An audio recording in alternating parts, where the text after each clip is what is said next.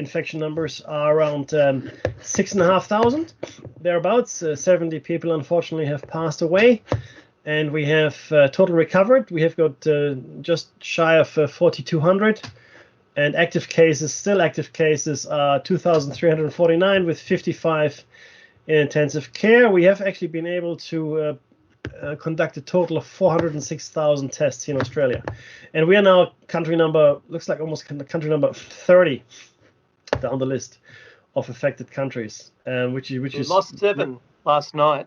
Yes, that is correct. Yeah, that is correct. But we are we're doing something right. I hope that we keep doing the right thing. I hope people will start wearing masks more. Is my hope. Wash your hands more. Stay at home more. It is, and I want to say something very quickly here as well. We now had Dave. Oh, and by the way, thanks. Everything is okay? Yeah, I'm back online again. I don't know what happened. Oh, that's all good, mate. Look, we've had 760,000 people come out of this. Okay, so there's a case which had an outcome. Those are the official figures, and I'm only talking about the official figures because I have no idea what the actual figures are, right? So I don't believe the Chinese figures, and I'm not too sure about the Indian figures either, and in some other countries. No one seems to believe their figures. No, right? But let's talk about the official figures here for a second. At least people that have been identified as having this disease. All right, let's just talk about the people that we think have this disease officially. And altogether, there are 2.33 million people globally, right? And recovered, we just click over to 600,000 people have recovered, which is great, right? But 760,000 people have had an outcome, which means you either recovered, great. Or maybe less optimistically, just discharged. Maybe you're not recovered, but just discharged. And 160,000 people unfortunately passed away. Okay, so on the outpatient data then, right, which is the only thing we can really go by. That's right. The 760,000. We have a fatality rate of 21%. It's 21%. And I said this last week, Dave, and I still haven't figured out what the gap here is. So right now we've got 1.5 million people in mild condition. That's about 96% of the active cases, right? 96%. And we have 4%, 55,000 in a serious or critical situation, right? Now then I look at the outpatient data. Now if I'm in a mild condition, right? Then I figure I shouldn't make it to the fatalities, but there's a huge discrepancy between people in a mild condition and serious, so 96 to 4%. Whereas the outpatient data tells me, well, the people that have recovered are 79%, and you figure that most of them should be the ones that were in mild condition, but the people that have passed away are 21%, and you figure that those would have been the ones serious or critical.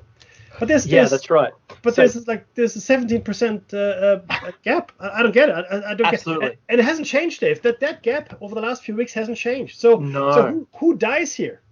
Yeah, that's right. So to be honest, the figures that I've been seeing, about 10% of all of those who contract the virus, the SARS-CoV-2 virus. There's my OCD out of the way. About 10% are critical. And while you're in critical care, it could be an extreme critical and you can bounce out of it. But there's also the people who have a very, very mild symptoms suddenly spike on an overnight thing, end up 3 days, not paralyzed, but, where you don't want to move, you're lying on a bed and you just, that's the end of that, and you sweat it out. Some of those people go critical where their lips turn blue, they can't breathe any longer, and the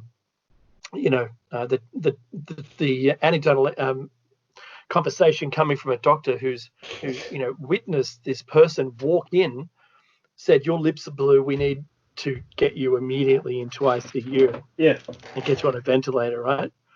So I've been watching videos from all around the world. And I've seen people wheeled in blue with blue lips. And the story is that you may not at all show any signs or whatsoever. But if you were tested, you may seem like you have the virus, but hey, look, you're lucky. You're one of the lucky ones. Woohoo. And then suddenly 10, 15 days into it, you're in a hospital on a ventilator. So don't ignore a scratchy throat. Don't ignore. Oh, and today I saw children can have red spots on the soles of their feet. Really? Like a chicken pox kind of view of, that you would normally see present. Wow. So there's so much information at the moment coming from everywhere. There's a lot of feeds.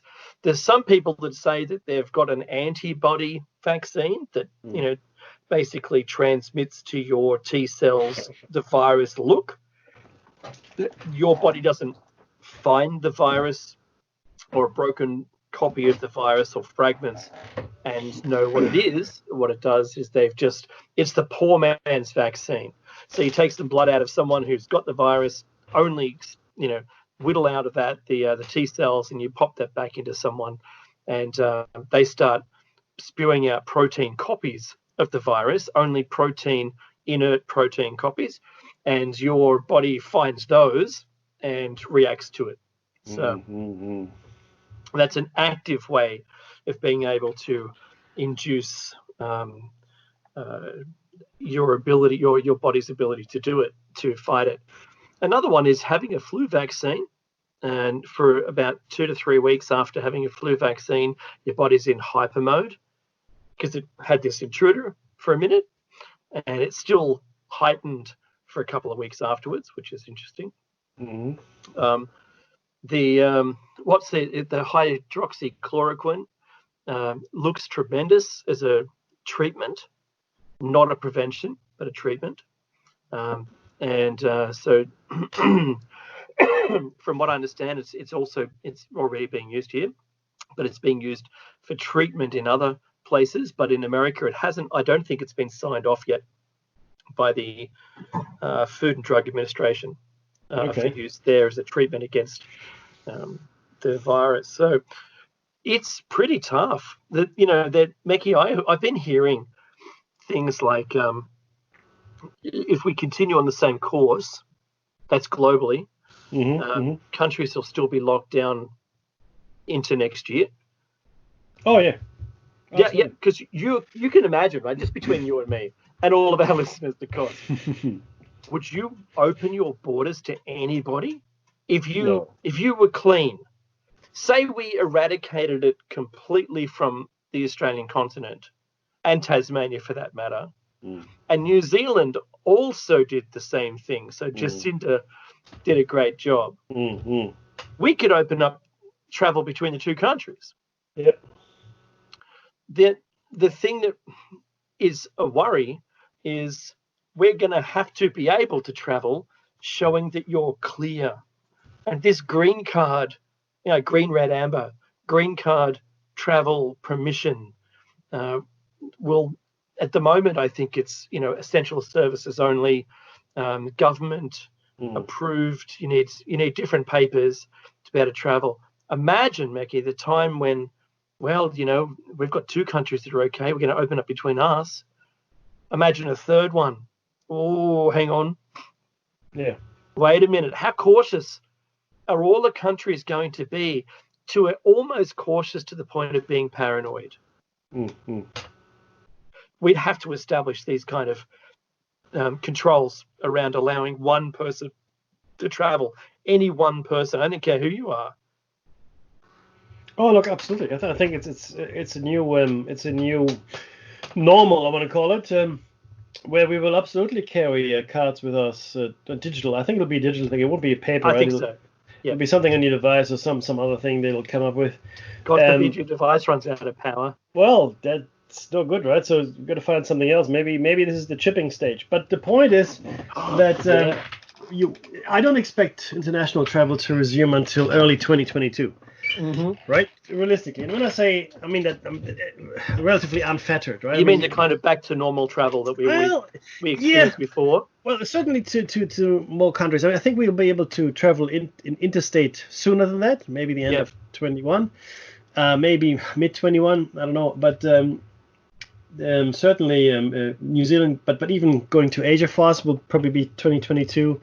America 2022, Europe. I think because the thing is this: people say, "Oh, we've reached the peak of the infections." Well, the answer is, well, how do you know that? Yeah, that's right. I keep asking people to tell me this, even in the medical profession. Okay, well, it's an interesting statement to make, but can you explain to me where you get this from? Because I'm looking at this, right, and I've been following the graph, It's and I'm sure we all have. Mackie. Right? The hockey stick. Well, it is, right? And you're looking at it, and I look at the numbers. I see numbers going up all the time.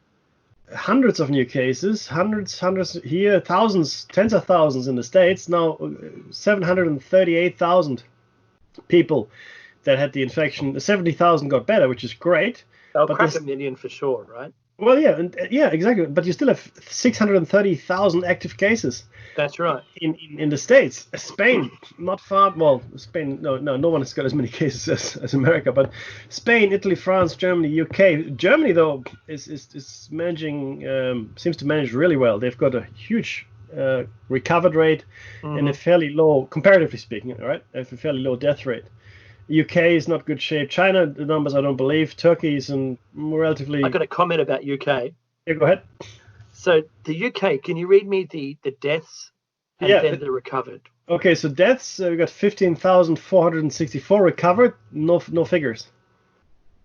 That's right. There are no figures, which is odd, right? Yeah, because I don't believe that I think the criteria for recovered is still to be determined. Because they've tested people after they've, their symptoms have gone away, and they're still positive. Yeah. The people are still positive for the virus afterwards. So they're watching and being extremely cautious. Could you imagine, Mackie, if this was one of those, well, you will always have it for the rest of your life kind of virus?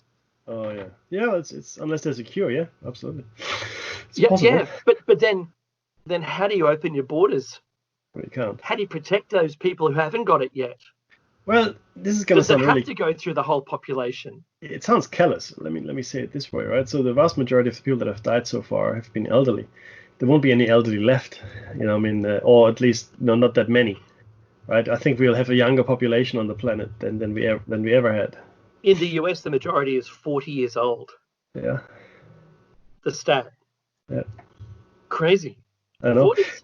Yeah. Hey, Japan has got the oldest population in the world. Italy had the third oldest. Oddly enough, or luckily enough, while Italy is horrendously affected, like really really bad, Japan is managing. They've redeclared emergency status, I think, in several provinces and maybe now nationwide, but they're managing it, right? I don't know, man. This is a whole different thing. Well, the world will never be the same. I called out on a to the media. I did a call out for one of their videos, and one of their own PR people told me this is what I said that the Antarctic cruise ship blunder that ended up with 70% of the people on board showing positive, that we flew in as a Mercy flight into Australia. That flight contained people from New Zealand and people from Australia, about 2/3 to 1/3 respectively, of those people flying in. And that meant that 67 people were landing in Australia on the 12th of April that were already infected. But our numbers never went up by that many people.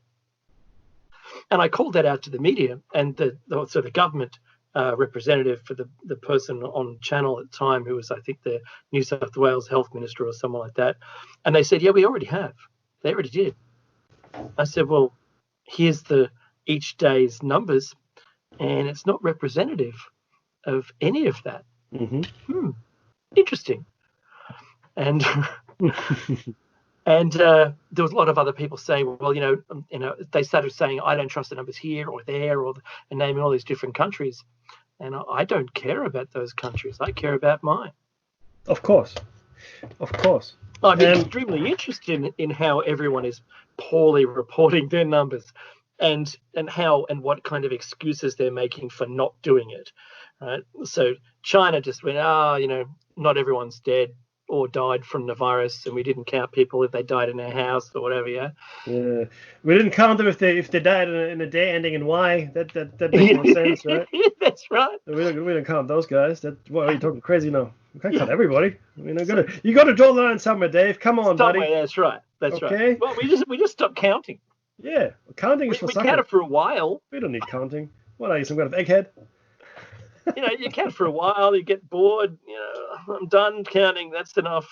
And so China's numbers are actually back on the increase, and they're starting to rise daily, increasing upon the next day. And the one thing that I thought was extraordinary, and there was a documentary that was released a couple of days ago about the origin of the virus. And they didn't want it to go to television. They wanted it to put on social media. When they did, Facebook immediately flagged it as false information on the coronavirus. Interesting. Okay. Because they're saying, they were questioning whether its true origin, maybe, was it a Wuhan lab? Because patient zero never visited the wet markets. And they're saying, well, if that's the case, when did it start? Was it September? Maybe August was the first lot of people. And where were they? And what do we know about them? And so the fact checkers at Facebook, one of them apparently said that she worked in a Wuhan lab. Yeah, right. So you're the person saying it never happened? Yeah, there you go. That works. Yeah, right. So there was it last year, I think it was, that Mark Zuckerberg said that, we want the social conscience, the adjudicators, to be the people themselves, not Facebook controlling the messaging. But in fact, they are. They're controlling the messaging. They're part of the people. No, that makes sense to me. I'm the people, says Zuckerberg. I'm the people. That's right. Where was the last time I've got 1 billion friends. Look, I'm the most representative of all the people. Yeah, I've got the most money. So I'm all of them. What's funny is, he's still referred to as, Commander Data from his what was it, the appearance in front of the, what was it? It's not Supreme Court, the other one. Which one? The hearing. Where he sat there sipping water. Oh, yes, I remember that. That was a congressional hearing, wasn't it? That's right. That's right. Yeah. That's funny. So he's either an android, an alien, or, I don't know. I think he's odd. Very strange indeed. Very strange. But yeah, look, there's some interesting stories around this whole thing, which are alarming to some extent. I had a Zoom session earlier today with our relatives in the States. They're in the Bay Area in San Francisco. How are they? Oh, they're good. They're all, some are frontline workers, medical staff, some are pharmacists, others are just in IT, trying, have their business survive, things like that. But so they're on the East Coast, but they're also on the West Coast. We've got relatives in Texas as well. Interestingly enough, in New York, this is coming from a first primary source, if you will. This is not hearsay. They're now a lot of medical professionals in the private sector, right, in the private clinics, are afraid of being laid off. And you're going, what? How can that be? Because these COVID-19 tests and so forth, right? Apparently the clinics or the hospitals don't get compensated along the same rate by the insurance. Oh, really? So you don't make as much money from all that. Of course not. Because that's most of the stuff that's happening right now, especially in New York. That's the work, right? They're hemorrhaging money. Yeah. So I'm going to lay people off because I'm just not making enough of this particular disease. Thank you very much. So but again, this is the private sector, right? And this is actually insane. That's private health, man. Yeah. So you may have hundreds, I don't know how many, but you may have a number of doctors and nurses and whatnot, healthcare professionals out of work, while people are suffering from this disease, and there's a shortage of medical workers. I mean, really? So when was money more important, right? Sorry, I'm an idiot. Just shut up, Dave. Go and sit. What do I know? Back on the bus for you. Yeah, I'll go back to communism. That's all right. And one of the goodness. One of the relatives is in the U.S. Army, in fact. Yeah. And he was meant to ship out to Germany for training sessions, but he says that has been indefinitely delayed as well.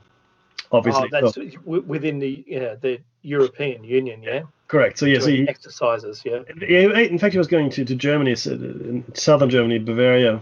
So we had a bit of a chat about that. But yeah, he said no, that's been delayed. That's not happening at the moment. But yeah, it's and one of the relatives, she's a nurse in one of the Bay Area hospitals. She said, we the only reason we've still got good stockpiles of protective gear and such because people have been donating. So these are private donations which are helping out the hospitals over in the States, right? Which is great, but they've got enough for 7 weeks, she said, right? Which is good. It's reassuring to hear. And that's it's only one hospital, but still. But yeah, it's I don't know. It's just, to me, it's just a gigantic failure of the system. I think the system has failed. I think we've seen now this particular pandemic, because that's what it is. Has shown which countries have healthcare systems and which countries do not have healthcare systems, and also probably the training and the appropriate levels of supplies, resources in general. Right? Again, I look at the U.S., Spain, and Italy, even France. To some extent, I'm shaking my head. You guys are just in really bad shape, and even the UK. That surprised me. The UK, right, with the NHS, the National Health System. That really surprised me. Germany, I'm not surprised. They're very efficient. They are. It's the medical establishment in Germany is pretty good. Belgium, again, they seem to be okay. Russia, if you can believe the numbers, they're doing extraordinarily well in controlling this. Canada's doing a good job. The Netherlands, it's easier to have died. Easier to have died from a GSW. Yeah, that's right. Than the virus. That's true. I really thought China would be doing that, but that's my bad. I know. Israel, South Korea, Japan also doing well. So go on. Yeah. So the top 20, when we started moving down the tally order, down, and we keep falling every day. I'm surprised to see, how we've been able to do it, and I think it's really because of buy-in. And I'm going somewhere. This buy-in from the people who have just said, right, okay, well, all right, I'll work from home and I'll do the best I can. Yeah. So for the majority, people aren't sending their whole family to the store to get some groceries. We've nominated one person from our family to do it. It's me. Yeah, same. So I go out there and I do the thing. I know I'm going to stay as distant as possible. Even the shopping trolleys, right? The shopping carts. You get the wipes. And you wipe it down, you push it around, you bin it when you're done. Yeah. I really appreciate to the level at which we've done this. Oh, yeah. I recently received a letter from our local member saying all of the things, all the money is going to, and how much spread their thought was about, investments, retirement funds, income. Replacement income, the job keeping, job finding things that they put in place, businesses and the mortgage, Meki. But I was telling someone, I'll take you to the natural conclusion, then I'll add the next bit about fractional reserve lending, which was a bit of a surprise. And that was that. I'll do that first. So our Federal Reserve needed to be able to lend the government $300 billion. And I was telling one of my friends, Becky, you and I know this back to front. So what the government did is says, well, look, I know you've got no capital for it. So what we'll do, I said capital, didn't I? I said capital. And what we'll do is the government said to the Reserve Bank, we'll sell you 30 billion in bonds. Therefore, we're good for it.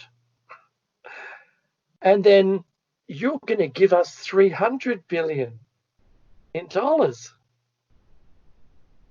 You what? Hang on a minute. So the bank will make money on the bonds because they're government bonds, and they'll make money on the loan. And the government ends up with $300 billion they made out of thin air. I just love that. Mickey, that's gold. That's not even gold. That's the gold replacement. It's better than gold. Gold is poo. It was Who needs yesterday. gold, man? Gold was yesterday. I've got a magic wand. That's my whoop, whoop. There it is. Boom. Thank you. Wow, that's an arrangement and a half, isn't it? That's how the system works anyway. I was trying to tell my friend that that's magic. That is creating money out of thin air, but without having to. You're not lowering the value of your dollar by just adding zeros to someone's account. I mean, who cares? You can do that today. No one really cares. No one would care because people have been, governments have been just printing money to pay stuff here, left, right, and center without having any responsibility for it. It's arbitrary because the thing is this: who keeps a tally? No one. Did you really think that people out there? Oh, you printed $5 too much. Bad person. I don't think so. Well, that was part of the fault of the EU. One of the downsides of being a member of the EU, because Germany goes, no, I'm not printing you any more money, Greece. Go away, go and earn some money. And they come back the next day, we need some more money. But you can't. I can't print you any more money. Stop it. Stop asking Greece. Go. Right? Because Greece was happily printing its own money when it had its own currency and getting itself out of debt. Yeah. No one seemed to care. Yeah. You put someone as, I'm not going to use the words controlling, but someone as responsible as Germany with the EU's funds, and they're not going to let you, there's nothing that's going to make that work. So you're not going to convince them sideways, right, that you need, $100 billion to pay off your loan. Can you just print it for me? No. So all of that talking, Mickey, and I've still remained unable to remember the segue that I had, which was actually pretty good. I know, but hey, I could feel it. I felt the vibration. Yeah. Well, that's good. That's good. Hey, what was that thing I was talking about pre-show? That was the debt diplomacy. Oh yeah, the stuff that the Chinese are doing at the moment. Yeah. Yeah. Look, everyone else were doing before, but now they're doing it. It's bad, right? Yeah, look, this is it's better than, I guess, sending soldiers and armies to colonize someone. Marginally better. But what the Chinese have been doing for quite some time now is they're pumping a lot of money used to Africa, but now they're doing the same thing in South America. And Dave mentioned Ecuador, where they're pumping a lot of money into the economy, and if the Ecuadorians accept, right, which they do, then they can never actually pay that back. And what the Chinese can do then at that point is just simply to repossess. Oh, all these assets? Yeah, they're actually mine now. So you can go away, Mr. Ecuador. And it's similar in Africa, where the whole bunch of infrastructure, roads, airports, projects were financed by the Chinese. The country goes into default on these payments, and this is mine now. Now, what should happen, and this is really beautiful irony here. I'm gonna lay it on you. Oh, that's right. They should do what Venezuela did. Hugo Chavez. He just nationalized everything. He's you go away, Mr. Capitalist. Being China here, I'm nationalizing it all. Leave my country immediately. I'd love to see what would happen because okay. Oh, these are communist principles. Yes, they are. You should know all about it. You should know better. I'm now nationalizing it. Thank you. Bye-bye. And out they go. Of course, they would never invest there again. But at this point, you wouldn't care too much. So this is what could happen. You could nationalize these assets. In fact, to be honest with you, to be perfectly honest, I'm not a communist. I like the idea, but it'll never work because people. It's too greedy. No, it's just not people. Just the problem of the root of all evil is people. No, that's not my money. No, it's just people. Money in and of itself is completely immoral. There's no leaning either way, right? But it is certainly a truth. It's a truth that Australia should nationalize a whole bunch of things that privatized. I'm talking about telecommunications, even the Commonwealth Bank. I'm talking about resources. Well, that's funny because they were. I know exactly the mining sector, right? Mining should be nationalized, absolutely. Completely. We could pay for everything if mining and resources were a national held trust. We wouldn't pay for transport, we wouldn't pay for roadworks, we wouldn't pay for health or education. I guarantee it, because other countries are doing it, especially in Scandinavia. It's all nationalized, and it's paying essentially for. And they don't have that many natural resources in comparison to Australia. That is right. And it's astounding.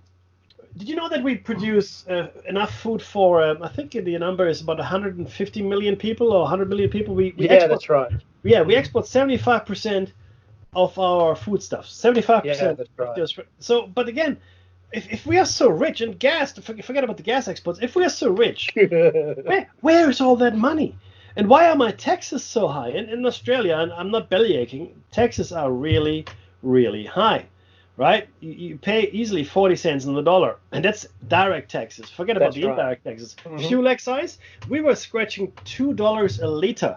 That's right. Okay? Not $1.98 a liter. Yeah, a liter for petrol. Okay, and most of that is excise, meaning the tax the government puts on it. Yeah. And there's this. So I guess once everything is said and done, I don't care what income you're on, you're paying in excess of 50% in taxes. Easily.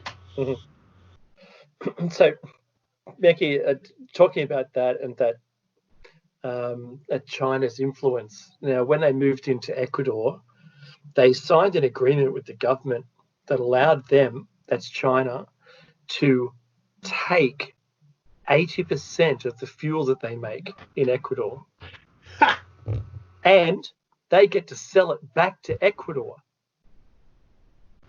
Nice. So they can sell it for a profit back to the country that they got it for free. That's what you need to do. If you're half smart, come on, Dave. Half smart? Yeah, that's funny. So China, I told you last week, Becky, just to make the point that I think China is quite ruthless. If they were a friend of yours, like of yours personally, if they were a person who said, "Can I borrow you $5?" and they go, "Yeah, I'll give you $5," and they go, "I'm looking for that $5 back," and they go, "Well, because of exchange rates and things that happened, I've only got $2.50 to give back to you," and then right, or you give them $5 and then you say, "Can I have the $5?" Yeah, that'll cost you $10. What? To get the same thing back, because that was a gift. You see, you gifted it to me. You want the $5? You have to give me $10. All right, it feels like a weird TV show from the 50s. Who's on First? The two that made Who's on First? Abbott and Costello. Abbott and Costello. That's the way you feel if China was your personal friend. Because remember, we donated things to them and then they sold it back to us when we asked for them. That's right? Priceless. It's really funny. So I was astounded when I heard that Ecuador was willing to sign that over for their $15 billion dam that they received, called the Coca-Cola Dam. Really? Yeah, yeah. You can Google it, and there's two words after Coca-Cola, which describes the purpose of the dam. But yeah, extraordinary, Mickey. I'm flabbergasted. I see they start looking at this debt diplomacy method, and things you find, you'd be quite shocked. And obviously there'd be an exit fee if you cancelled it, which would exceed the cost of the thing in the first place. And so they'd make money on that as well. But one thing I saw China doing that's been reported this week, I just don't have all my links to my machine. My machine is rebooting, and it's at 91%. I don't think it'll even make it to the second hour. And I found that there's a Decor DA. Oh, I can't remember. the name of it. It's in Cambodia. It's a new resort that's being built, and China has graciously provided the money to build an airport. But the airport's runway is 3.4 kilometers long, which is longer than commercial flights of any aircraft on the planet, but not military.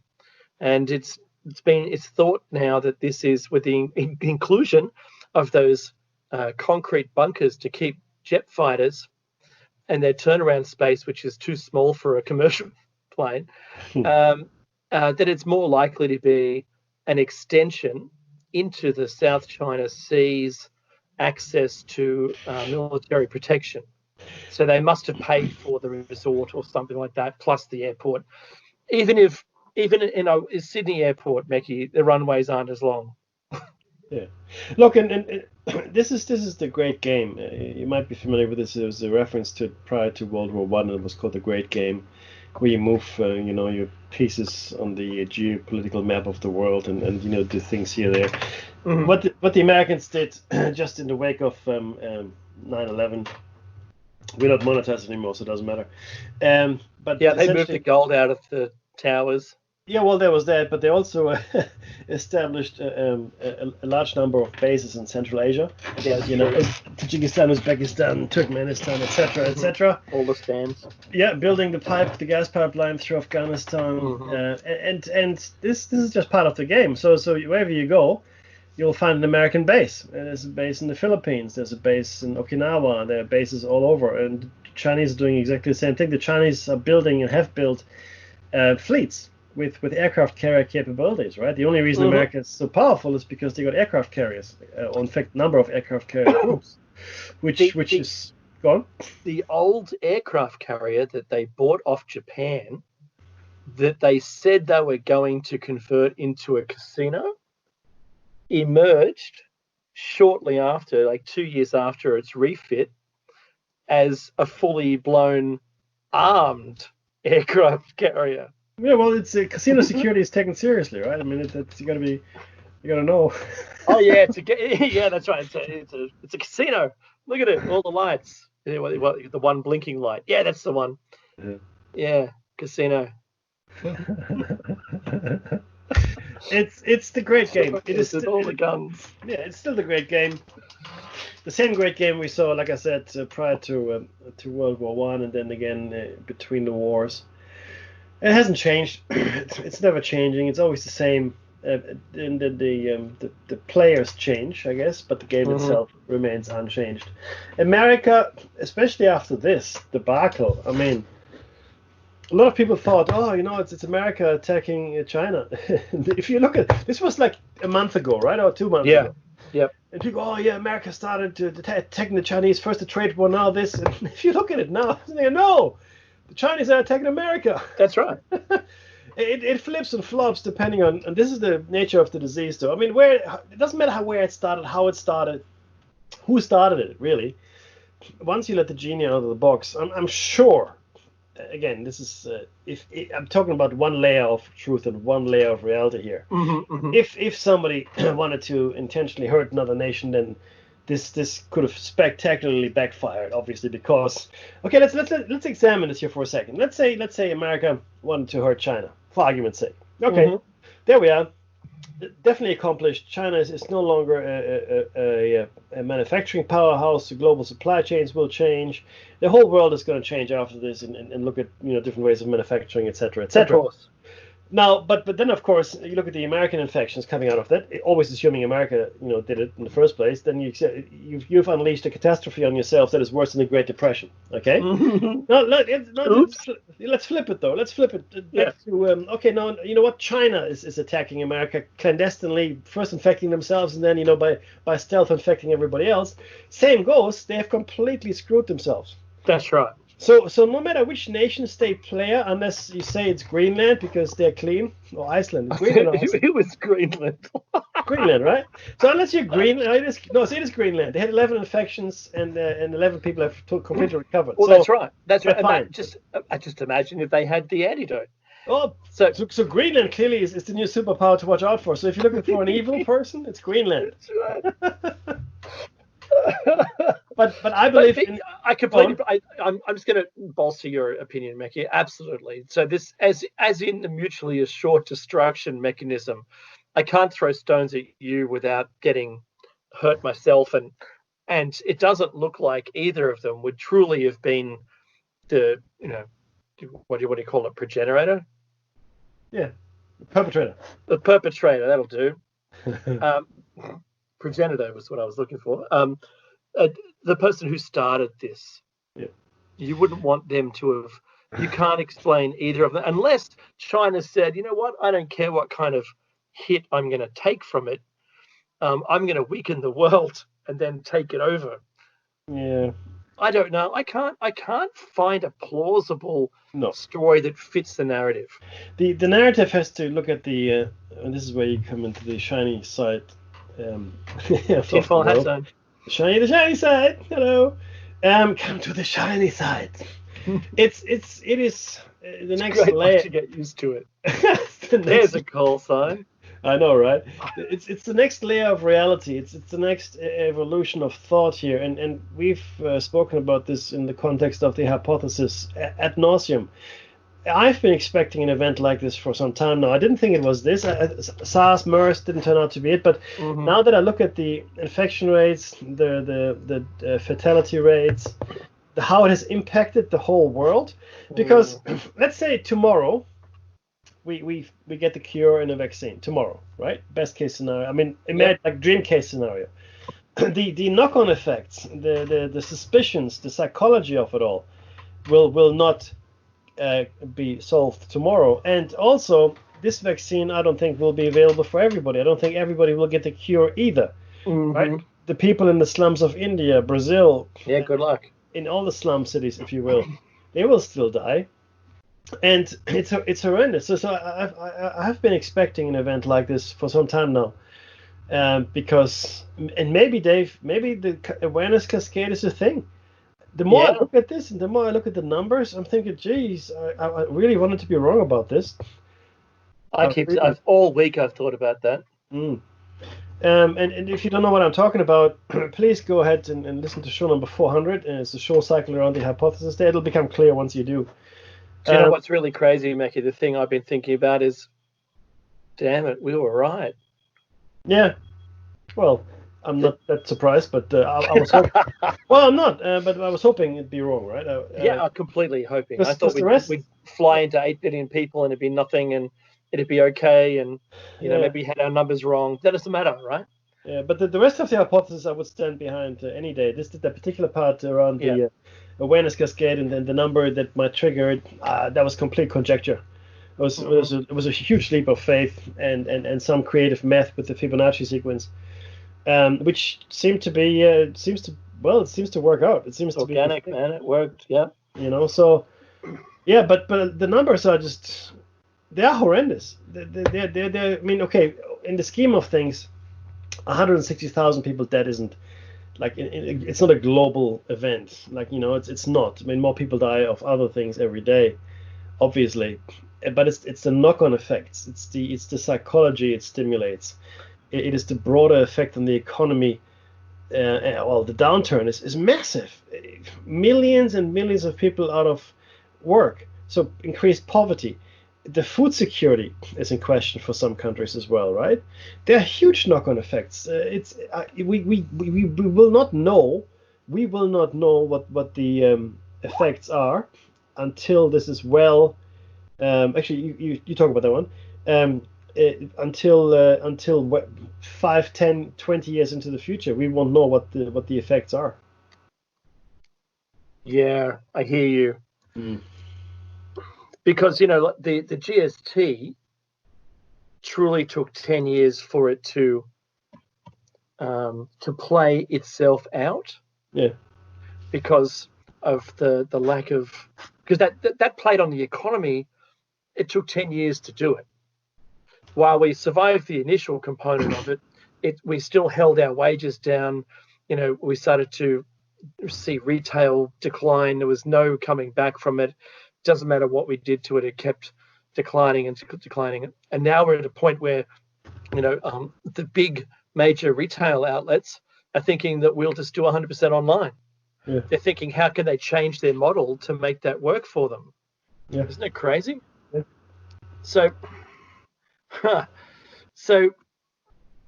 I wanted to bring this thing, and I saw it this week, and I was not dumbfounded, but more, look, I did trust that this would occur in the US, where people protested their liberty, because out of every single country in the world, America has their tightest hold on personal liberty.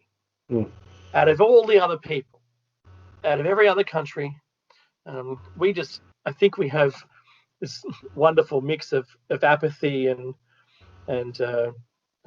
what's the one? Complacency. I think we have a mix in there that it'll work itself out anyway, and well, really, who cares, right? I think that's Australia, but in the US, Meccy, in Michigan, thousands took to the streets to protest the governor's stay-at-home order. And how did they do this? In their cars. They drove into the main street and parked their cars. I mean, my goodness, in a town now, in the world now, where there was friends of mine, Meccy, up here on the coast, that figured, well, if we drive to a car park and we're part of a car group, we can go meet there, but don't get out of the cars. We'll have a group call, on social media, and we'll all be talking to each other, and we'll wave, and then we'll go home again. Yeah. But the police I think they knew, and they turned up and fined everybody $1,000 for being the driver or even the passenger in the car. Well, I'm not surprised. I'm not surprised, because we already know, Mick, you and I know this already, and that is that they're using cell phone data to track everyone, and they watched everyone congregate. Yeah. They knew they were part of a group anyway. Yeah. And they just were waiting. So there's something here. But when I was watching people protest, it's fine to stay in your car, but I think the social distancing thing is here to stay for some time. Handshake is dead. The handshake is dead. Absolutely. Completely dead. Right? That even the elbow bump. There's a doctor that said, well, if you're close enough to the elbow bump, you're close enough to get infected. So that's not going to happen. So I'm going with live long and prosper. That's where I'm going. And isn't it funny that we both joked about the possible origin of that having been a pandemic in their past? Yeah. Oh, I know. Yeah. So there's the changes that we're going to see here. Now, they might relax in another 30 years. Maybe. As we all become complacent again, like there was, next generation doesn't even remember the virus. But my grandparents lived through it and saw it out the other side. They saw the Great Depression and got through it. But my grandmother never quite recovered from the activities of the Depression. The things that you had to do to survive. The thing that binds everyone in a community together is experiencing the same thing. Yeah. And I I wouldn't mind truly if we all had to stay at home. I wouldn't really mind. To be honest, as long as I could go out and drive my car and go and stop at a beach and just look at the beach for a while, and then drive home again.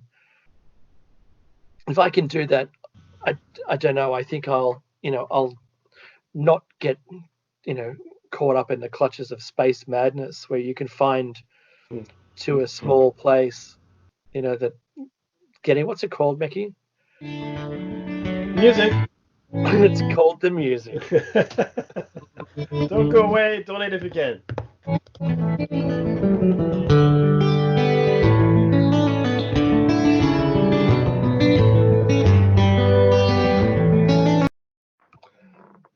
You're back with David Meccy's Shiny Side Out. on freedomslips.com on the #1 listener-supported talk radio on the net.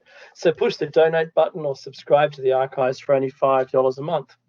If you're new to Shiny Side Out, welcome aboard. This is the Tinfoil Hat Zone, so keep your arms within the vehicle, turn off your personal reality inverters, and please no flash photography. We're glad you're on board and thank you for inviting us into your lives. So follow, subscribe, or otherwise for the appropriate social media platform. We're halfway through show number 422. 220 and 400, 100. So get yourself, before we talk about the show topic, get yourself some great merchandise from the station's website. Follow the instructions carefully, and also be aware of your local customs regulations. Mm-hmm. Absolutely. Now, we are talking about ancient tech. We just talked about, excuse me, the situation. I think that's enough. It's depressing, but there's a ray of sunshine. Like I said, Australia's doing the right thing. Everybody else out there, just be safe, keep your distance, be smart, common sense. Yeah, get a mask if you can, hand sanitizer, wash, and if you're privileged enough to be able to be at home and work from home, take advantage of that. Not everybody can. A lot of people in the world are not that lucky. Full stop. Not that lucky, right?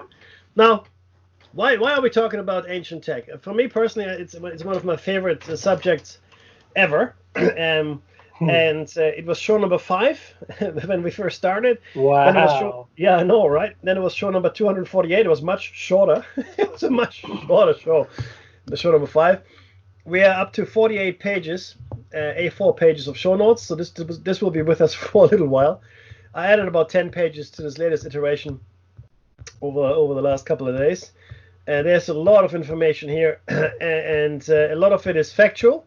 Some is conjecture, some is hypothesis, but most of the things that we present to you as far as ancient tech is concerned, they actually exist. They're there. You can go touch them. They're not big. They're not made up. They're not hoaxes. It's a real thing, and I really find it fascinating. But before I go there, Dave, before we go to the general thoughts, Dave, I want to talk about something that you posted on Facebook, which I think it just goes well, and it's very thematic here for us. You posted something about that happened in the Antarctic. There's a post. Something has come to light there. Why don't you tell me about that, my friend? Oh yeah, right. Okay. So there's a structure that's 500 meters long by something like 100 meters. It's massive. It's bigger structure than any of the other countries' facilities in Antarctica. So this revealed itself because of the snowfall not falling as regularly in a specific region around it, and it didn't sustain being buried beneath the ice or the snow. And as it became revealed, like the top portion of it became revealed, the US stumbled upon it and created an airstrip, landed there, and let's just call it investigated the site. Never told anyone, and the images turned up in Google Earth. And you can see it. You can see the airstrip, and you can go back in time where it was not even visible at all. And now it's barely visible under the snowfall. But for this short period of time between just a one season down there, the summer season, it was available for observation. And it's extraordinary. If you looked at the ribs of a creature like a giant snake, I'm looking at it now. It would have been 30 miles long.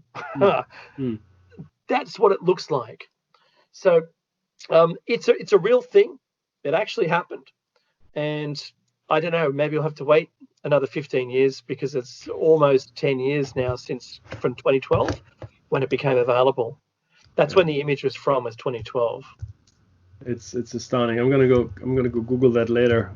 Google Earth. I'm gonna Google Earth it. I do have the link there in that, so Yep. you can go there yourself. In fact, yes. If you're part of Dave's Facebook acquaintances, he has posted it together with the geo coordinates.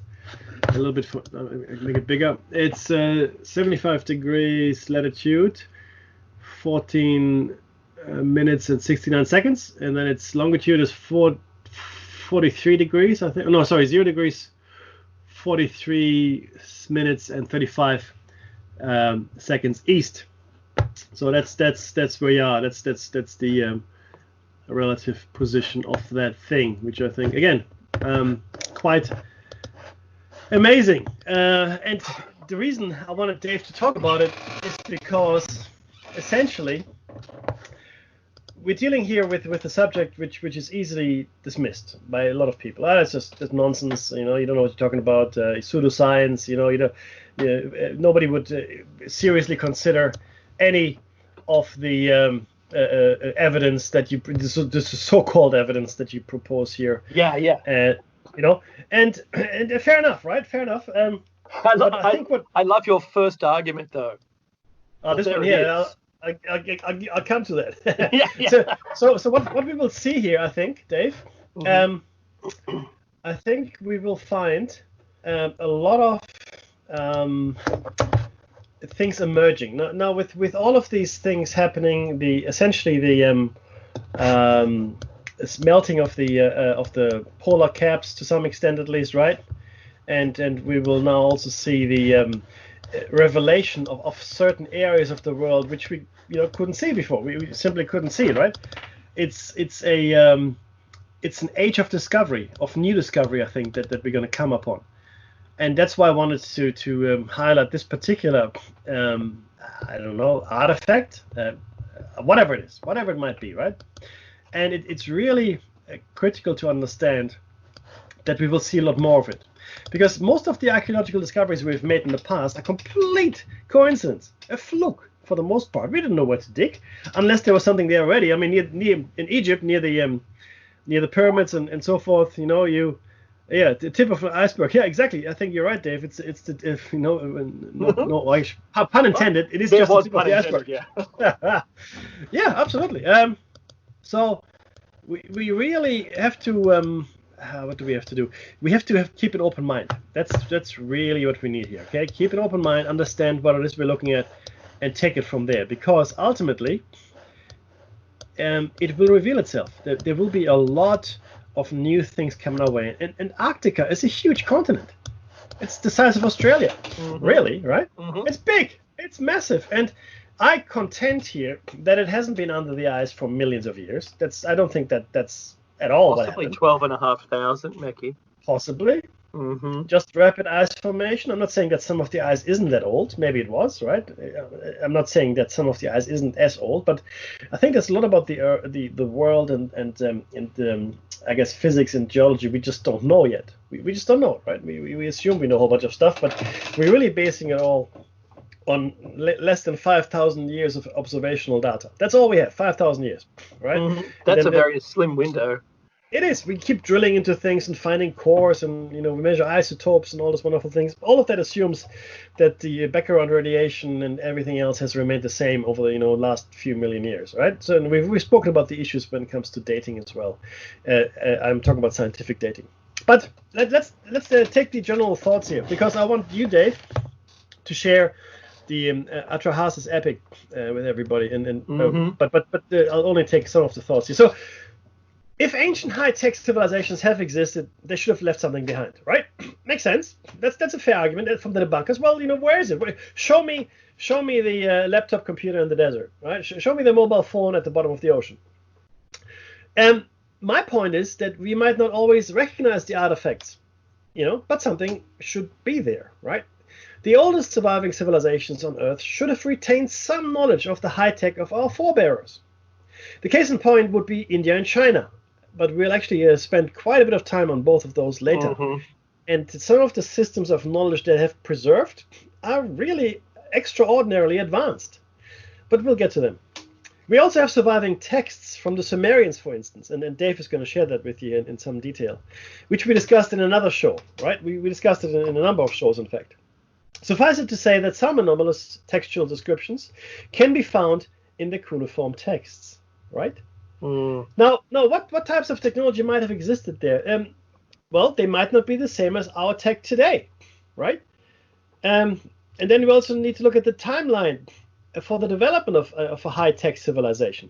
It took us, Dave, roughly 10,000 years to develop the tech or civilization we have today, right? If you really push it back to the Neolithic, right, and you say, okay, 10,000 years ago, right, and all that, we were hunting mastodons and mammoths and saber-toothed tigers.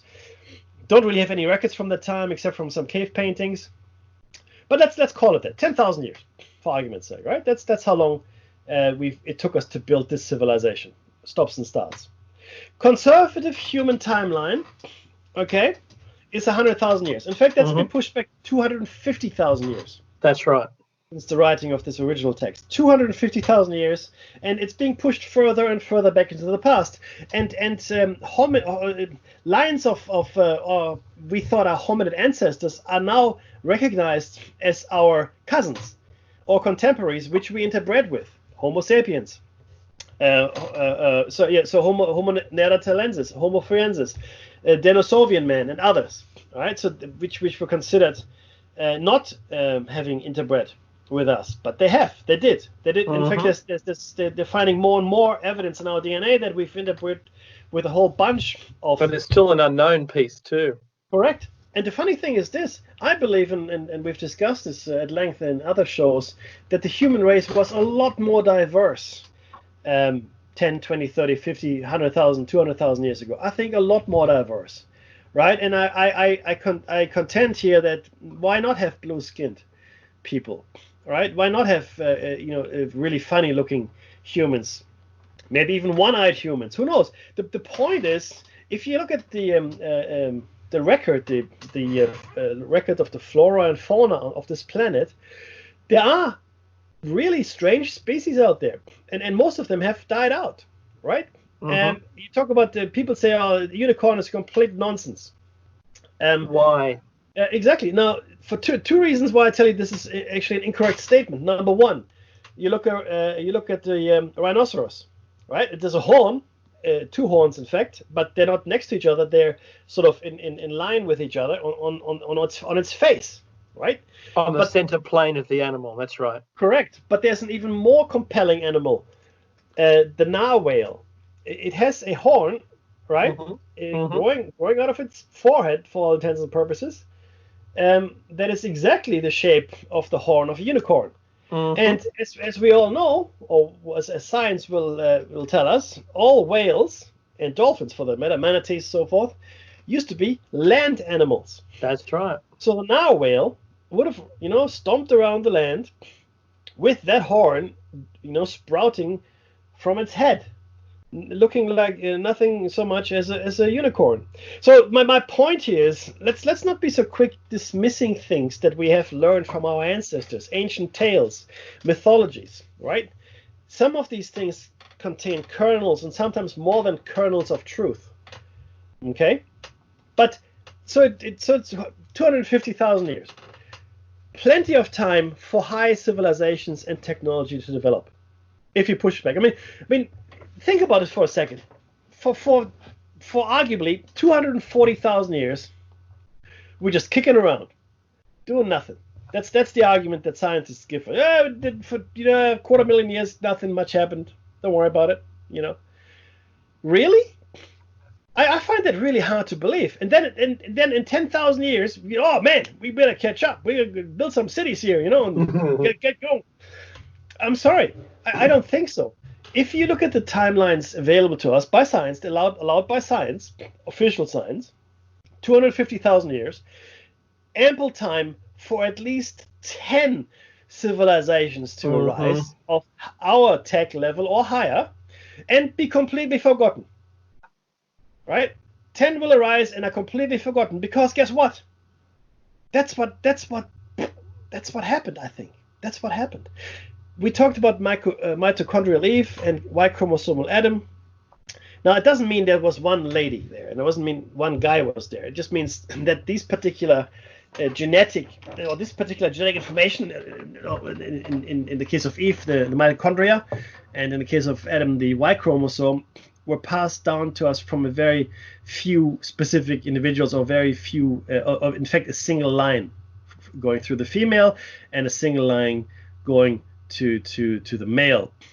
Now, the estimates of the age for the Y chromosomal Adam, for the YMRCA, crucially depend on the most archaic known haplogroup existent in contemporary populations.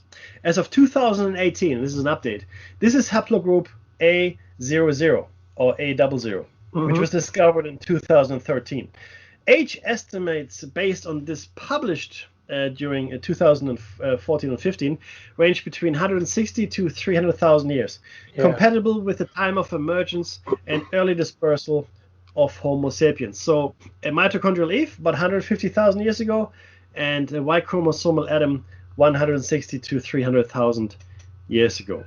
I believe, Dave, and then I want to give you, because I know the next topic is you love this, I contend here that we need to revise our view of the world from a gradual change. Right? So right now we're living in the world where everything happens slowly, and evolution happens slowly, and we develop civilization slowly. It's always linear. We need to change gears to catastrophism, okay? And humanity is the true phoenix. We are the true phoenix, but our phoenix here has amnesia. So we rise from the ashes of every civilization that is destroyed, our civilization. Out of the ashes comes a new civilization with very few memories of civilizations before it. But they are there, Dave. Yeah, that's right. They are there, right? But Dave, tell us about the modern examples here. Yeah, so the best one that comes to mind, and it's used a lot, but you need to know it, and that's the cargo cults. So these are basically people who lived in islands, for instance, in the Pacific. This is where it was termed, named the term of a cargo cult, and that was during World War II. Some, very small islands with people who have never really, seen anything else. Suddenly, a propeller plane lands on the beach, and later, to be able to fly away from there, a cargo, with a parachute is dropped by friendlies, and maybe some fuel and some food and other things, and he shares that with the natives. This is a leather jacket, cigarette smoking flyboy from World War II. And he describes what he needs to be able to get off the island, and they build a runway and help him, and he flies away to go back to his country, the aircraft carrier, for instance, right? Never to be seen again. But on the anniversary of his arrival, the natives on the island reconstruct out of wicker and palm fronds a plane, and they remember that day. They remember it. They worship the day the metal bird landed and a human got out. Didn't look like us, but that's good enough for us to be able to, because he created fire. He flicked his hand, and that shiny metal thing made fire in his hand, right? Yeah. To light his cigarette, then he breathed smoke. My goodness. Huh?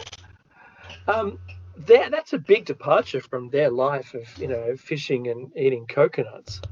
So, on a small island, that's a huge, big jump. And remember, was it Arthur C. Clarke, Mickey, that said any significant, futuristic? Anything with the advanced technology will appear as magic. It's magic. That's right. So all they saw was the magic. not knowing that it's really just a thing that does stuff that we made, their tools. They couldn't see that. Similarly, if you have ever been in an armed holdup and you had a gun pointed at you, you'll be able to describe the gun really well and the people less well. Because you'll focus on the thing that's the threat. Oh, 100%. So this is, I've been in an armed hold-up at a service station. I wasn't performing the hold-up. I walked in on it and recovered the money for the person hiding behind the desk. I have to say that they scraped the runways and allowed this person, and so every year they do the same thing. It's now a ceremony that they developed. So the cargo cult is a thing. It really happened, and these people, the regular human was perceived as gods, as the gods, right? Now that completely makes sense to me. I like that. If I went somewhere and maybe went to another planet and they were, a bit maybe not as advanced as us, we'd be lucky if that was the case. I'd have to say we're not that advanced. So if we happened to go somewhere and we were, we appeared to them and they didn't have, not like Star Trek where first contact, they've got to have space travel already. But if we went somewhere and they didn't have it, any tech that we had would be magical. Just imagine us back in a time when maybe beings came down, maybe we're the Dogon tribe, Meki, maybe we're the Sumerians with the Anunnaki that came down, heavily proving their tech advanced, culture to the Sumerians. Crazy stuff. You want to learn as much as you can, and of course they did. So what is a candidate for ancient tech? Okay, so these are the candidates for ancient tech.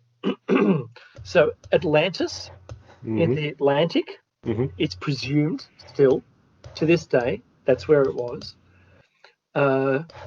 Lemuria in the Pacific, there's a whole another place there that matches very similarly. We have Mu also in the Pacific. And there's, what was that?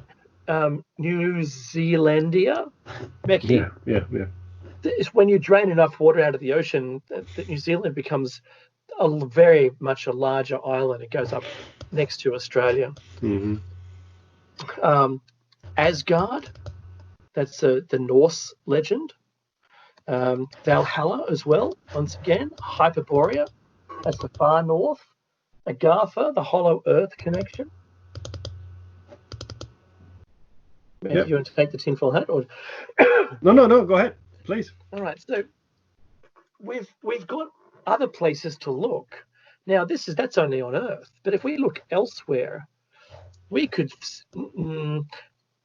let's say the asteroid belt is not a group of rocks that never became a planet, but rather it's a destroyed planet.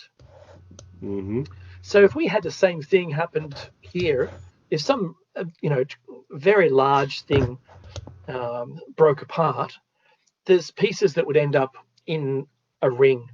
That's just the way it happens, and the ring just happens to be around the sun in an AU position that makes a planet sense. So astronomers at the moment, Meki, is saying that this is just because of Saturn,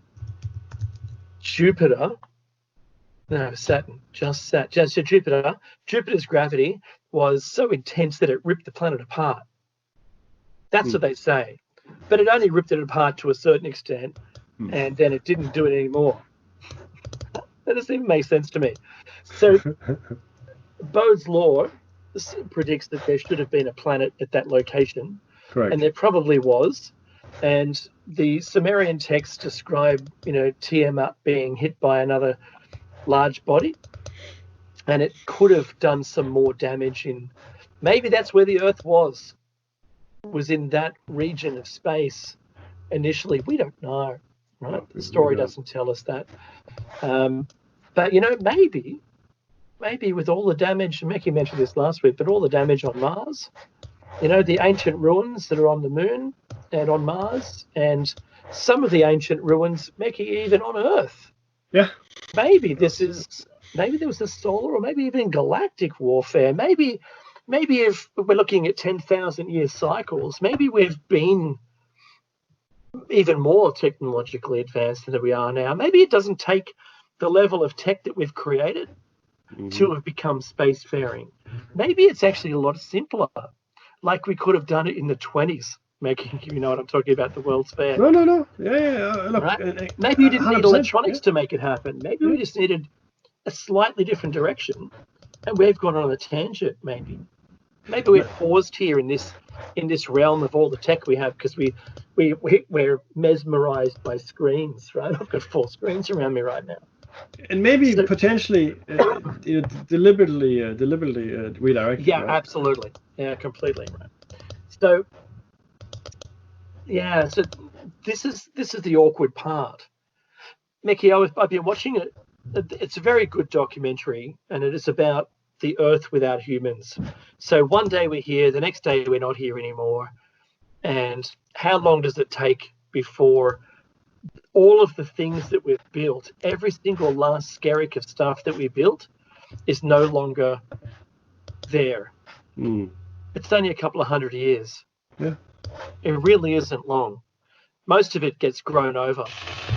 All the metal and all the concrete and everything just corrodes, and we don't have anything to maintain it, and then suddenly it's all gone, and all the plants take in. Meki, one of the things that I liked was those stories around the world right now of people being trapped inside their houses has brought the wildlife onto the streets. You know, that there's dolphins in the waterways of Venice, and the water's clear. My goodness. I know. Right?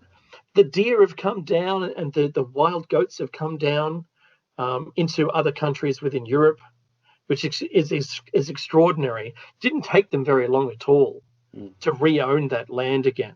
Correct. All right. So it's completely plausible that there could have been 10,000 years ago or thereabouts, or even, maybe 12,500 years ago. I like that date. There were societies around, spacefaring or Vimanas, right? Yeah.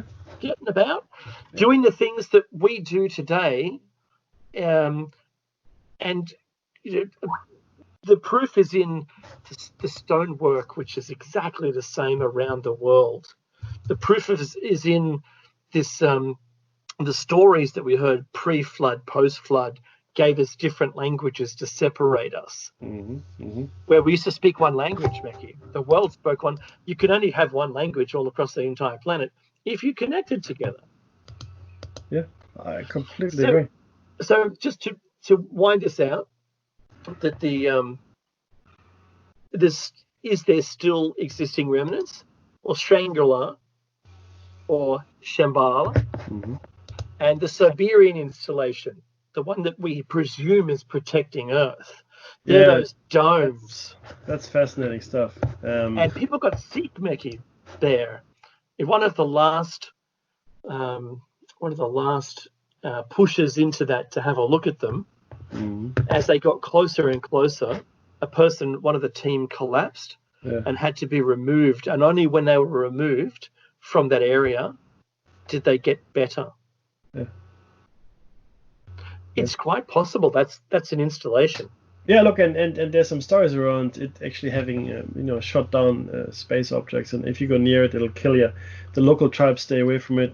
It's like located stories. Yeah, it's located in northwestern Yakutia, in Siberia, in the basin of the Upper Vilyu River. It's really hard to reach. Really hard to reach. And if you want to know, you can't drive there. It's a lot of foot and helicopters. Oh, completely. And Nexus did a really great job back in 2000 and when was it? 2005. It was in the magazine, in 4 installations of the Nexus magazine. If you've got time to go to nexus.com or nexusmagazine.com, you should be able to get to the archives there. Awesome. I think I still might need a VPN. I still have the magazine myself. Oh, really? I've never thrown anything out, my friend. Yeah. It's called The Valley of Death. Okay. It's known as Ulyui Cherkechek. which translates as the Valley of Death. So I'm glad you pronounced it. I know, right? But that brings us to the Atrahasis epic. Now, arguably, the Sumerians or the cuneiform texts are the oldest surviving documents. I use this term loosely that we have. They're the oldest, right? They predate Egyptian writing, South American writing, as far as we can tell. There may be older writing that we haven't found yet, but as far as a coherent body of work is concerned, that is really old. It's really the cuneiform text out of Sumeria, and one of the oldest epics out of those is called the Epic of Atrahasis, or the Atrahasis epic. We've discussed this in the Igigi as well as the Hypothesis show cycle, respectively, and in some detail as well. But I believe very strongly it forms the basis for what we like to refer to in the Bible as the Book of Genesis. Okay, and we'll just take these stanzas in turn. So this is the official translation. You can go and find it yourself as well. It's online. The university is making it available. It's fragmented, and I'm reading you here, or we will read you the abridged versions. I abridged it, only giving you the items that I want you to focus on. And when the gods, instead of man, did the work, bore the loads, the gods' load was too great, the work too hard, the trouble too much. The great Anunnaki made the Igigi carry the workload sevenfold. Anu, their father, was king. The gods had to dig out canals, had to clear channels, the lifelines of the land. The gods dug out the Tigris River and then dug out the Euphrates. They were counting the years of loads. For 3,600 years they bore the excess. Hard work night and day. They groaned and blamed each other, grumbled over the masses of excavated soil. Your father Anu, you counselor, warrior Ilil, your chamberlain Ninurta, and your canal controller Inugi have sent me to say, who is in charge of the rabble? Who is in charge of the fighting? Who declared war? Who ran out the door of Elil? Elil. Every single one of us declared war. We have put a stop to the digging. The land is excessive. The load is excessive. It is killing us. Our work is too hard, the trouble too much. So every single one of us gods has agreed to complain to Elil. Nusku took his weapons, went and returned to Elil. Elil listened to that speech. His tears flowed. Elil spoke guardedly, addressed the warrior Anu. Noble one, take a decree. With you to the sky, show your strength, while the Anunnaki is sitting before you. Call up one god and let them cast him for destruction. Anu made his voice heard and spoke to the gods, his brothers. What are we complaining of? Their work was indeed too hard. Their trouble was too much. Every day the earth resounded. The warning signal was loud enough. We kept hearing the noise. Ea made his voice heard and spoke to the gods, his brothers. Why are we blaming them? Their work was too hard. Their trouble was too much. Every day the earth resounded. The warning signal was loud enough. We kept hearing the noise. There is Belit Ili, the womb goddess, is present. Let her create a mortal man, so that he may bear the yoke, the work of Elil. Let man bear the load of the gods. Belet Ili, the womb goddess, is present. Let the womb goddess create offspring, and let them bear the load of the gods. They called up the goddess, asked the midwife of the gods, wise Mami. You are the womb goddess. to be the creator of mankind. Create a mortal that he may bear the yoke. Let him bear the yoke, the work of Elil. Let him bear the load of the gods. Nintu made her voice heard and spoke to the great gods. On the 1st, 7th, and 15th of the month I shall make a purification by washing. Then one god should be slaughtered, and the gods can be purified by immersion. Nintu shall mix the clay with his flesh and blood. Then a god and a man will be mixed together in clay. Let us hear the drumbeat forever after. Let a ghost come into existence from the god's flesh. Let her proclaim it as her living sign, and let the ghost exist so as not to forget the slain god. They answered yes in the assembly, the great Anunnaki who assigns the fate. I have carried out perfectly the work that you ordered of me. You have slaughtered the god together with his intelligence. I have relieved you of your hard work. I have imposed your load on man. You have bestowed noise on man. You have bestowed noise on mankind. I have undone the fetter and granted freedom. They listened to the speech of hers and were freed from anxiety and kissed her feet. We used to call you Mummy, but now your name shall be Mistress of all gods. Far-sighted Enki and wise Mami went into the room of fate. The womb goddesses were assembled. He trod the clay in her presence. She kept reciting an incantation. For Enki, staying in her presence, made her recite it. When she had finished her incantation, she pinched off 14 pieces of clay and set 7 pieces on the right, 7 on the left. Between them she put down a mud brick. She made use of a reed, opened it to cut the umbilical cord, called up the wise and knowledgeable womb goddesses, 7 and 7, 7 created males, 7 created females, for the womb goddess is creator of fate. He, them 2 by 2, them 2 by 2 in her presence, and the rest I haven't put in here. There were some abridgments in the middle of the text as well. This is what, 6,000 years old? That's right. It was stamped or carved into clay and then baked in cuneiform. We found it, lucky enough, translated it. We've learned a number of things here, right? First of all, we learned that the gods were divided into at least 2 factions, the Igigi and the Anunnaki, right? One seemed to be higher and the one a little bit lower. One did the work, one didn't. We also learned that they're building canals, waterways. They're credited with having dug the Euphrates and Tigris rivers. Mm-hmm. We also learned that they're immortal. They worked for 3,600 years to do all this work, right? Which is interesting if you consider the power they had. Anyway, but the point is they did the work, but then they had enough. But these people have proper jobs. Canal controller. One of the guys is called canal controller. That's right. This is 6,000 years old, and it's obviously writing about a time which was long before it was written down.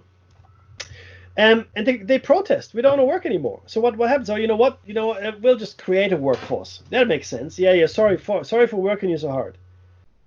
So the first strike happened here. So then they go ahead and go, okay, well, let's make. How do we make them? Well, let's create mortal man. Let's make these our creatures mortal, not like us immortal. Doesn't mean they didn't live very long, but they had a definite expiry date, right? And off they went, and they created these womb goddesses. So there was a womb goddess, right? That Ili, she was probably the chief scientist, and then she's got these artificial wombs. And 7, and there's more to this epic, which I didn't share with you, but there were 7 men and 7 women that came out of these womb goddesses. So they opened up these womb goddesses, and out came the men and the women, and on they went. And they destroyed a god. So they took material from a god. Just like Prometheus, Becky.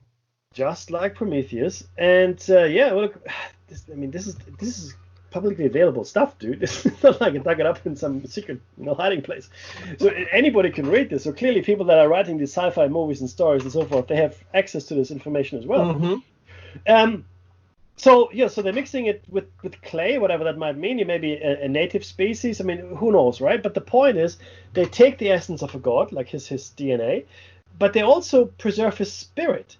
And you can see here how the Bible then went and simplified the whole story. Oh, there's the Holy Spirit, and and there were three of them.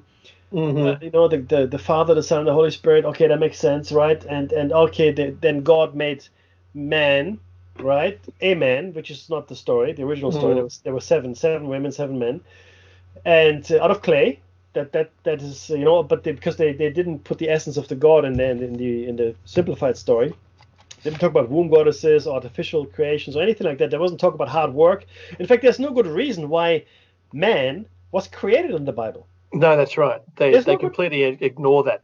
Yeah, there's no good reason. But obviously here, the original, let's say original, it becomes very dicey because we're talking about overlapping and interlacing timelines. Mm-hmm. But for all intents and purposes, let's call these the original Adam line, right? Was created ostensibly to work, right? And to do whatever. They were called the black-headed ones, not the black ones. No. The black-headed ones. We still have the same turn of phrase today. Blonde-headed, red-headed. That's right. Referring to the color of your hair. Yes. And we do know that the original hair color, it seems to be of the humans, was black and brown eyes. The lighter colored people came around later. In fact, blue eyes are a genetic mutation or I think it was a mistake, a genetic accident that occurred much later down the timelines. That's why there's so few blue-eyed or even light-eyed people. The vast majority of the population on the planet has got brown eyes and dark hair. The vast majority, right? Look at Africa, Asia, and then you've got a tiny little minority. And again, this was genetic fluke that happened, like a defect. Yeah, that's what I was looking for, is genetic defect of the light. And in fact, I believe that the redhead people are completely different subspecies again. But again, that's neither here nor there. The point is that if you look at the original, what I believe served as the original story for the Genesis account in the Bible, is a lot richer. And we only read to you very limited amount of it, right? And it's a lot more detailed, and it makes a lot more sense, like any primary source would, because they were closer to the actual event. Now, they didn't get all of it, obviously, because it was probably beyond their understanding, right? But they could understand that the Igigi didn't want to work anymore. They needed someone else to have that created. They talked about the womb goddesses, because for them, an artificial womb or a machine that could, carry a fetus to term just wasn't conceivable, for the people at that time. That's right. In my opinion. Plus, they, in my opinion, and I think that they didn't just stand scared, yelling to the sky, to the gods. They approached them. There was a council. They stood in front of them and read their demands. And each of the gods recognized by repeating what they heard and also agreeing with the outcome. My goodness. I know, right? But they're all gods, and some are gods. But the highest gods, the most powerful gods. Some are brother gods. That's right. The Igigi clearly are a lot lower. well, to us, they were the people doing the toil, the Igigi, and they made mankind.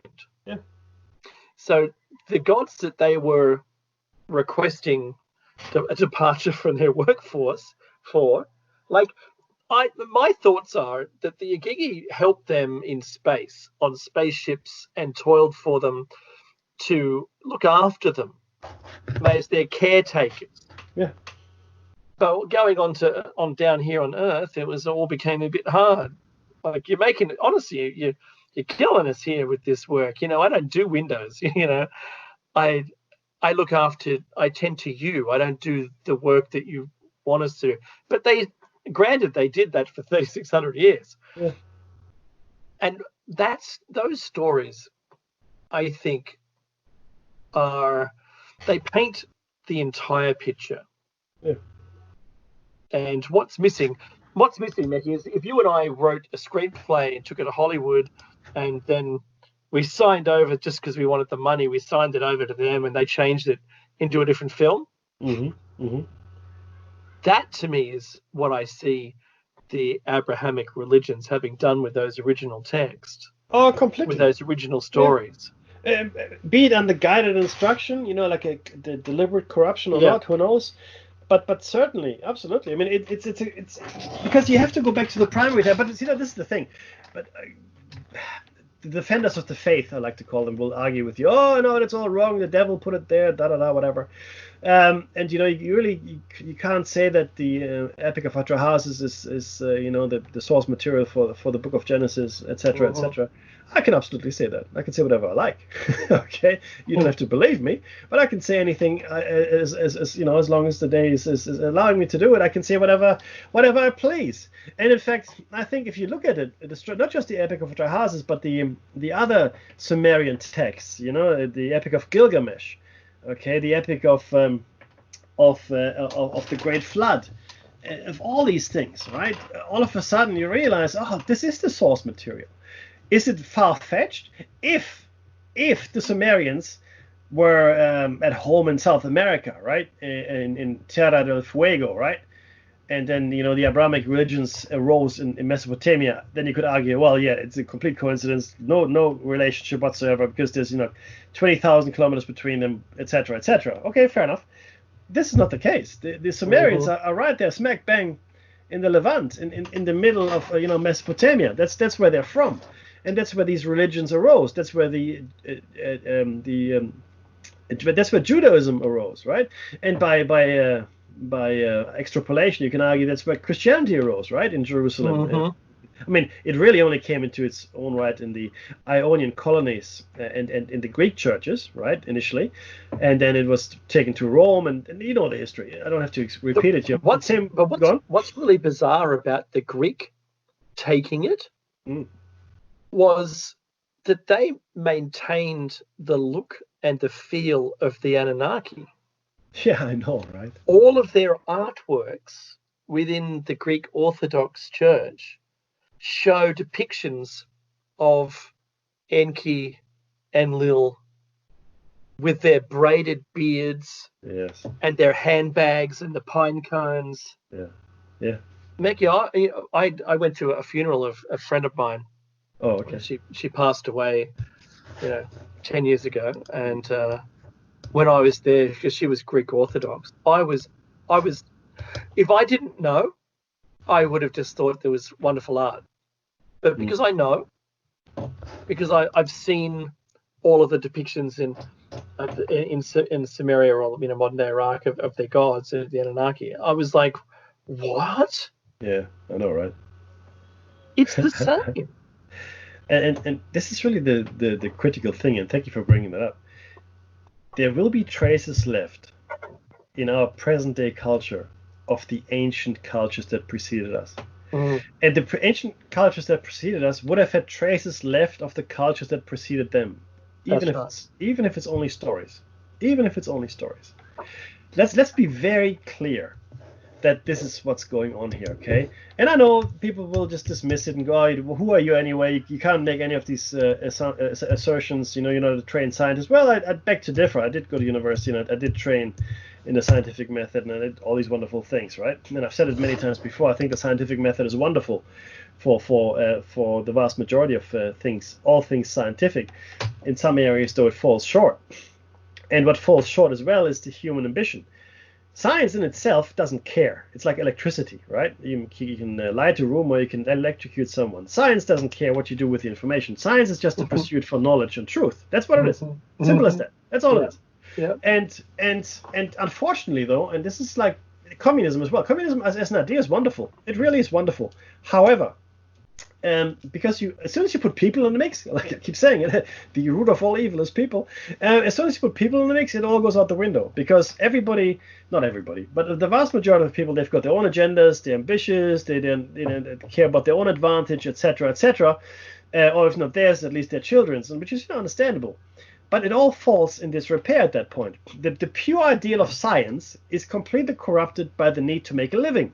by the need for physical, social, or even financial advancement, right? If you've built a career on a certain thing, whatever it is, I don't care what it is, I don't care who you are, but if you've built your career on a thing, and that thing turns out to be wrong, your career is over, unless you're mentally agile enough to jump onto something else and embrace. I mean, if you're a true scientist, it shouldn't matter. It shouldn't matter if somebody challenged you, right? And you know, but people like to hide behind the fact, oh, you know, we're being challenged by non-scientists, or we're being challenged by this and that, and then they go, oh, where's your additional evidence? Where's your proof? And they come up with nonsensical statements like, extraordinary claims require extraordinary proof. No, extraordinary claims require the same amount of proof as any other claim. That's right. Okay. Oh, it's Occam's razor. Okay. So the simplest explanation is always the correct one. Okay. Who decides? That depends on how simple you are. Yeah, but it also depends on who determines what the simplest explanation is. I mean, whose set of predetermined parameters are we going for here? Well, my point is, if you've got three people in a room, Mackie, you've got a scientist, you have just a lay person, and you have a Neanderthal. You know, the simplest explanation for the Neanderthal may not fit. That's right. Right? So that's what I'm saying. It depends on who the simple person is. Yeah, no, you're correct. You're 100% correct. And this is really where it all falls down, right? If every scientist in the world was just after the pursuit of knowledge, what a wonderful world. Oh, I know, right? I just started dreaming that. Right? Yeah. Well, how wonderful it would be. I know. But that's not the case. We have given you examples, everybody out there in the world, of people that had their careers destroyed because they dared to question the status quo, and they were proven correct in the end. And these are real things, and these weren't even these disagreements weren't that egregious. You know, they really weren't. You know, one lady, Elizabeth Steen McIntyre, I think she was out by 40,000-50,000 years or something, right? But her dating methodology and as well as her results were borne out twice in subsequent tests, but no apology forthcoming from anyone. Oh no, of course. And her team was at gunpoint asked to sign that it was fraud. Yeah. What? Yeah. So I'm watching this. A number of people, Mackie, that are looking at attempting to prove the sudden glacial melt for the U.S. northern continent. Right. Glacier forming all of those, channels and doing a sudden flood event, cause possible asteroid or like a meteor hit, or it could be a number of meteors, and they're up against the same kind of strife. Yeah. Saying that they're picking this single date that we mentioned only. Yeah. Not saying that we're wrong about everything, just this one date. They go, well, what date do you want it to be? Because we're saying it's this date, and you say, what date? And they go, I didn't say a date. I'm just disputing the date you're talking about. Well, what do you think it should be? And they say it goes around in circles and no one will agree. And it's that lockstep agreement that you've got to get past in peer-reviewed scientific journals and publish it to get more people to read it to agree with you. And when you end up with a tipping point of a majority, then the other people concede. Yeah. And allow it to go forward. But it's because they're not geologists. Exactly. The people in their team, they've gone, hey, look, I found, like the guy that said, I forget when it was, like one of the 1800s, when he goes, if you put all the continents together, they fit together. Yes, that's Wegener. Yeah. So didn't you do that at school? I did. I looked at the globe and I said the same thing. Yeah, absolutely. For me, it was Africa and South America. That was really the giveaway. Yeah, right? Yeah. But absolutely, 100%. It just takes common sense. You can't have any of that, Mackie. No, that's no not good. As a grant. Yeah, that's what. Yeah. Oh, there's the music. Jerber is coming up, so stick around for that. I'm sure it's going to be awesome, and donate if you can.